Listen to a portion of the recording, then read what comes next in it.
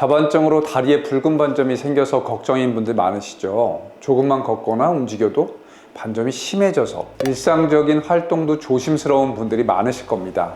그런데 붉은 반점만 봐서는 자반증인지 아닌지, 자반증이라면 어떤 자반증인지 알기가 쉽지 않습니다. 아무리 병원에 다녀도 가는 곳마다 병명을 정확하게 듣지 못해서 걱정하는 분들을 저도 진료실에서 많이 만나고 있습니다. 제가 말씀드리는 이 세 가지만 주의해서 살펴본다면 붉은 반점이 자반증인지, 자반증이라면 어떤 자반증인지 알 수 있습니다. 안녕하세요. 7,000명의 자반증 환자를 진료한 동경한의원의 유승선 원장입니다. 사실 붉은 반점 자체는 굉장히 흔한 증상입니다. 정말 많은 피부 질환에서 붉은 반점이 나타날 수 있습니다. 당장 꼽을 수 있는 것만 해도 장미색 비강진, 건선, 홍반, 체리혈관종, 단순 모세혈관 출혈 등 5가지가 넘어갑니다. 이때 가장 쉽게 자반증을 구별할 수 있는 방법은 바로 손으로 붉은 반점을 눌러보는 건데요. 손으로 반점을 눌렀을 때 색이 흐려지는지 경계가 흐릿해지는지를 관찰해 보면 됩니다. 자반증은 혈관벽에 염증이 생겨 출혈 때문에 피부에 반점이 나타납니다. 겉으로는 피부에 반점이 보이지만 속에서 생긴 출혈이 원인이라 손으로 눌러도 색이 흐려지지가 않아요. 반면 일부 피부 질환에서 동반되는 붉은 반점은 출혈이 아니라 혈관 확장 등 다른 원인에 의해서 생기는 경우가 많습니다. 그래서 손으로 누르면 색이 흐려지거나 경계가 흐릿해지는 변화가 나타나게 됩니다.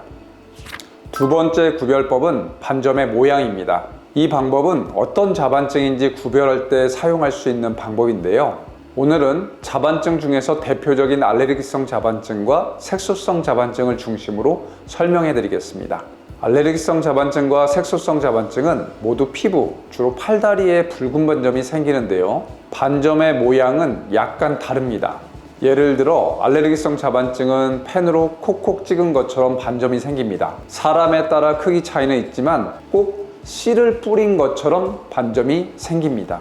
반면 색소성 자반증은 개별적인 반점이 생기기보다 아주 작은 크기의 반점들이 군집을 이룬 것 같은 모양을 보이는 경우가 많습니다. 그래서 얼핏 보면 꼭 붉은 안개가 낀 것처럼 보이기도 합니다.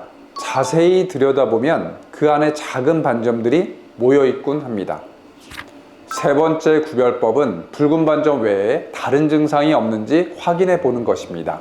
알레르기성 자반증과 색소성 자반증의 큰 차이 중 하나는 관절통, 복통 같은 전신 증상입니다. 알레르기성 자반증은 피부의 붉은 반점 외에도 관절이 붓고 아프거나 배가 아플 수 있습니다. 사람에 따라서는 혈변, 구토가 나타나기도 하고요. 반면 색소성 자반증은 붉은 반점을 제외하면 별다른 전신 증상이 생기지 않습니다. 간혹 반점이 생긴 부위가 가렵거나 각질이 생기기도 하지만 통증이 있지는 않습니다. 만약 붉은 반점과 통증이 함께 생긴다면 알레르기성 자반증일 가능성이 높습니다. 붉은 반점이 자반증인지 알 수 있는 방법, 그리고 자반증이라면 어떤 자반증인지 구별할 수 있는 방법을 알려드렸는데요. 만약 알레르기성 자반증이라면 어떤 점을 주의해야 할까요? 알레르기성 자반증의 가장 중요한 주의사항은 신장 합병증입니다. 알레르기성 자반증은 신장에도 혈관 염증이 생깁니다. 신장 혈관에 염증이 생기고 출혈이 나타나면 소변을 여과하는 기능이 제대로 이루어지지 못합니다. 그래서 혈뇨나 단백뇨가 나타날 수 있습니다. 만약 제대로 치료받지 못하거나 신장 증상이 심해진다면 문제가 될 수 있는데요.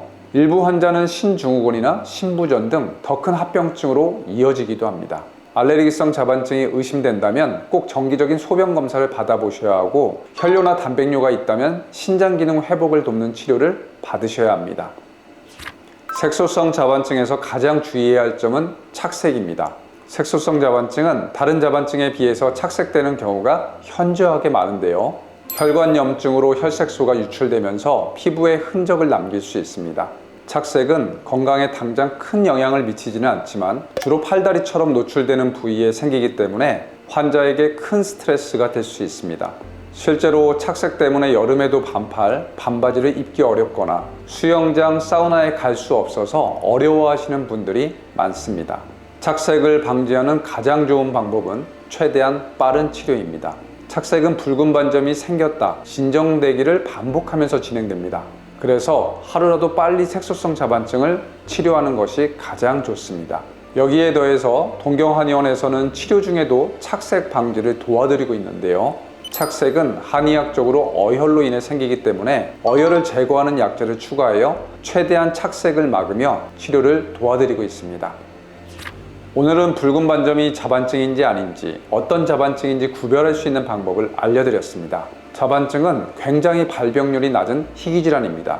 그래서 진료실에서 보면 붉은 반점이 생겨도 자반증인지 뒤늦게 알거나 다른 자반증으로 잘못 알고 있다가 뒤늦게 정확한 병명을 알게 되는 분들을 많이 뵙습니다. 이렇게 되면 적절한 치료 시작이 늦어질 수 있고 당연히 회복에도 영향을 미치게 되고요. 오늘 내용이 빠른 치료와 회복에 도움이 되셨으면 좋겠습니다. 도움이 되셨다면 구독과 좋아요로 함께 해주시고 자반증 증상에 관해 더 자세한 내용이 궁금하시다면 고정 댓글을 참고해 주십시오. 여러분들의 회복을 응원합니다.